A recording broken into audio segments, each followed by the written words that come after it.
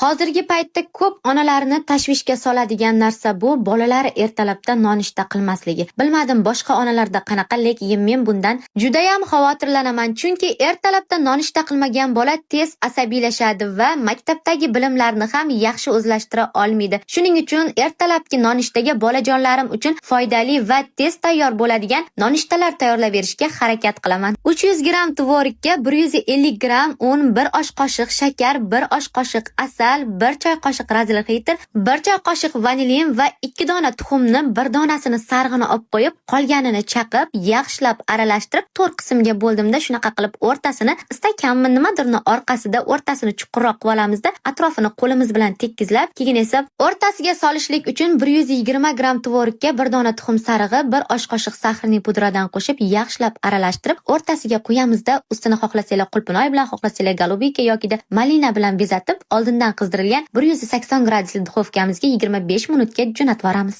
Yana ham ishtaha ochar bo'shlik uchun ustidan xohlasanglar kakaosli strushka yoki sahrli pudradan sepib, ana endi dasturxonga tortsak ham bo'ladi. Shunaqangi yumshoqqina, mazasi og'zingizda qoladigan, yosh-u qariga yoqadigan ajoyib nonushtamiz ham tayyor bo'ldi. Ana endi baho beringlarchi, yoqsa kommentariyaga 5, yoqmasa 2 qo'yib ketaverasizlar, xafa bo'lish yo'q.